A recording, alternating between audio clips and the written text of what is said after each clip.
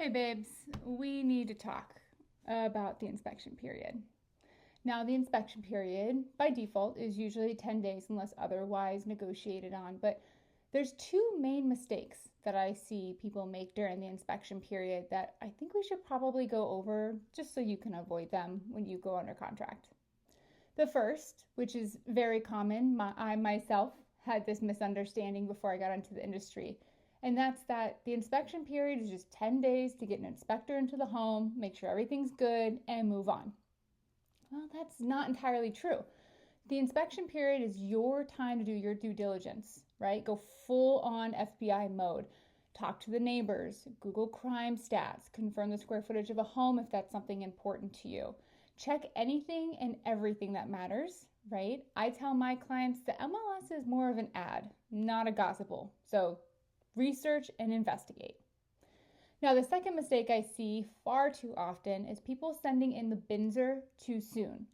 Now, we'll talk about the BINSR later on, but essentially it's the document you send to the seller after the inspection period, letting them know if there are any issues you found that you would like some kind of repair or compensation for.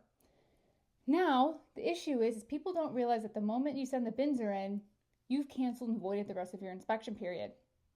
So for easy math, let's say we got our contract under, right? Day 2, we get the inspector in. Day 3, we send the BINSR in. Well, you just forgo the last 7 days of your 10-day inspection. Well, that's not that great. So what I always tell my clients is, yes, let's get that inspector in as soon as possible. Give ourselves plenty of time if we want to do further investigation or hire any kind of expert, right? But let's take the full 10 days. Let's go ahead and send that BINSR in as late as possible so we make sure you have time to do all of your due diligence.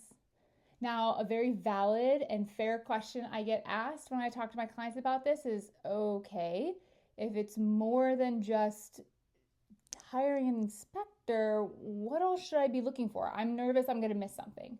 And I get that. That's why I've created a checklist for all of my buyers to kind of help them through the due diligence process, make sure they don't miss anything that's important to them.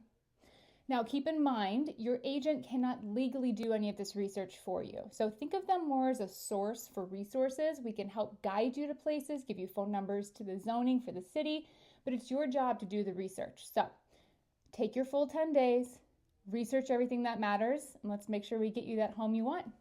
Cheers.